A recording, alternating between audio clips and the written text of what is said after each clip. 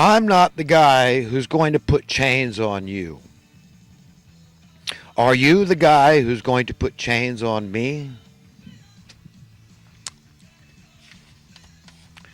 Yeah, I'm talking about financial. That's the way it's always worked through the ages. Where do you think slavery comes from, right? As controlling somebody by force. If you can't do it economically, right? If that doesn't work, then you just do it. You threaten their lives. Say, look, you want to keep living, then you'll work for me. You'll serve me. You'll increase my abundance, my wealth, my advantage.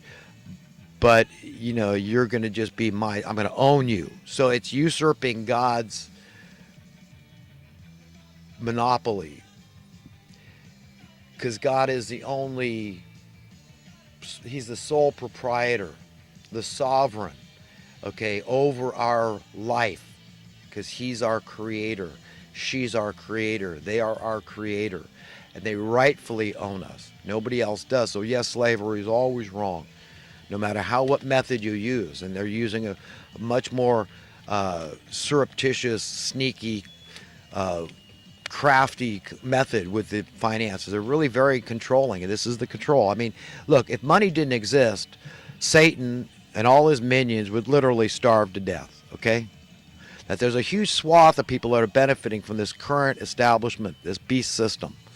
At least they perceive they are, and perception is reality for these people, so they don't want it to change, okay? They just want it, don't rock the boat.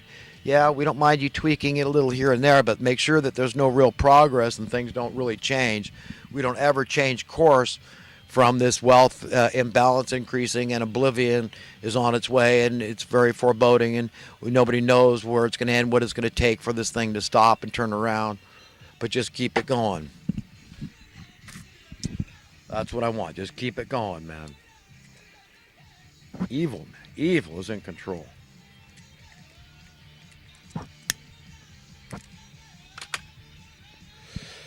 When speaking absolute, unequivocal, irrefutable truth to power, it really isn't necessary to rant and rave. Truth is so virile, so potent, so powerful, that you'll be hated by the evildoers just as much. Unfortunately, the fact that the captives of these same evildoers must and will be set free eventually is one important example of the aforementioned absolute truth. As such, whatever the opposite of, quote, music to one's ears is, how the evildoers feel towards such knowledge, towards such understanding. Yeah, so when you inform these evildoers, when you speak truth to power and you tell them, look, you can fight, you can kick against the goads, but you're not going to ever succeed. That God's will is eventually going to be done, and the captives are going to get set free. That's the opposite of music to their ears. They don't want to hear it. They seethe with hatred and anger over this. So you don't have to rant and rave, because the truth is that powerful. That's speaking truth to power, right? That's fighting the good fight. That's carrying your fair share away to the cross. So nobody could be oblivious. Friends, family, strangers, co-workers, peers, whoever, government officials, whoever you get an opportunity to talk to, don't let them prescribe to an ignorance is bliss philosophy. Say, oh, no, you're intellectually dishonest and you know it. I'm going to make sure that you know it. So it's going to get very hard. You're going to have to sever yourself from your conscience. You know that you're burning up your conscience here, and it's going to be of no use to you pretty soon. You understand? It's not going to protect you. You're not going to have a conscience. Where are you going when the division comes down, when God comes and separates the wicked from the righteous? Because that's how this thing has to play out. You know what side you're going to be on. If you've been a liar, then you're with the father of lies. If you've been intellectually dishonest, you're with the liars. If you have forsaken your conscience for an ignorance is bliss philosophy, you've copped out, you're a coward, you've capitulated to the establishment, the beast system, and all the evil in the land, then you know what side of this thing you're going on. You know which equation.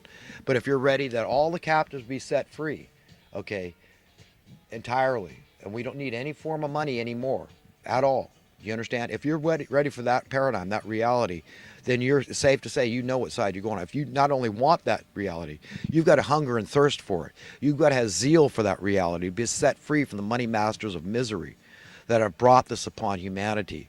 this plague of misery and death and destruction. Okay?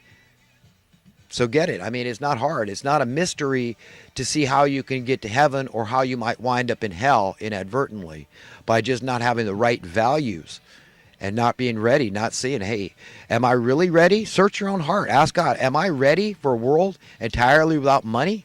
Am I ready for everybody to be free and have a level playing field from birth? Okay? In that sense, equality in that sense, prosperity through universal prosperity for everybody, then you know you're going to heaven. You know that you're ready because that's heaven. That's what God's will is going to look like when it's established on earth. There's not going to be any more captives. They're all going to be down that other place because they're all the hypocrites with the weeping and the gnashing of teeth, the liars with the father of lies, the intellectually dishonest. Okay, you don't have to be, it doesn't take high IQ to make it to heaven. It just takes being a good human, good, decent, upright human being that is willing that everybody be set free. The things you want for yourself and your family, it's as simple as that. Saying, yes, I want those. I'm willing that everybody have, I want everybody to have those things. I have zeal. I hunger and thirst for that kind of righteousness to be the rule of the day in the land. Then you know you're likely going to end up going there.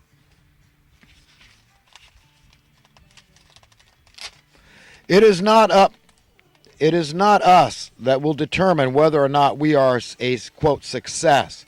Rather is the one whom owns us, which will determine our success. Yeah, you know, you can look up the term success as defined in the dictionary, and that's the secular definition, right? And we all know success and money go hand in hand. So if you're a success as defined sexually by the world, it involves a lot of money typically, right? But what you need to override that definition is God's definition, the spiritual definition, the eternal definition of that term. Were you successful at pleasing God by working to please humanity and pull those that are living in darkness out of the darkness into the light, winning friends for God, winning his treasure? If you succeed at that, even to any level, you will not lose your reward. It's assured. Anyone that gives one of these little ones that loves me even a drink of cold water, and that could be a metaphor for anything, a comfort, a word of comfort, a word of encouragement, okay? Whatever it is that you give to your fellow man, that's a good thing, truly good thing from God. In whatever form you give it, you will be blessed. The Bible even says use worldly wealth to win friends. So if you're going to bless somebody by laying some bread on them, man, do it, man. Do it, and you're going to have friends. It's like buying friends. I mean, doesn't sound biblical, but actually that's what's written. And it actually is logical. It makes sense. It's like, give it away. Like you said, what must I do to have, treasures in heaven? The rich were asking Jesus. He says, sell all you have and give to the poor. So give it away. I mean, it's the best thing you do. What, do you let it sit on Wall Street until we have another downturn? I mean, that would probably be the best thing to increase the worth of your currency relative to all these commodities they buy and trade in, right? So the worth of your currency would go through the roof, but a lot of people would perceive it as bad because they'd say, well, my numbers are way down. I lost 95% of my numbers because of the crash on Wall Street. But they forget that your numbers are worth 97% more. Wow, you could actually buy more of those things. So you see, the rich can't lose if we had sound economic policies, market corrections, and true capitalism, supply and demand, all that stuff. So nobody needs to fear the stuff that I'm teaching and preaching about economics or anything else. Nobody. I don't want to hurt anybody at the cost of others succeeding. No, this doesn't have to hurt anybody. We can have things that benefit people universally. And economic freedom is one of those things I'm talking about here. To play the devil's advocate, quote, all you idiot fools and phony believers say an all-loving, all-powerful God exists.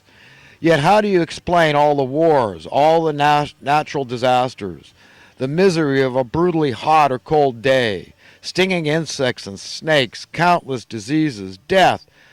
Give me a break, end quote. Right. So I talked about this in depth a little earlier. And they've got a good point. And believers have to have a quick, coherent, cogent comeback. They've got to be able to explain what went wrong, what went askew, why we have all the problems. It's all written in your scriptures, the only explanation I can ever give. How I can say that I firmly believe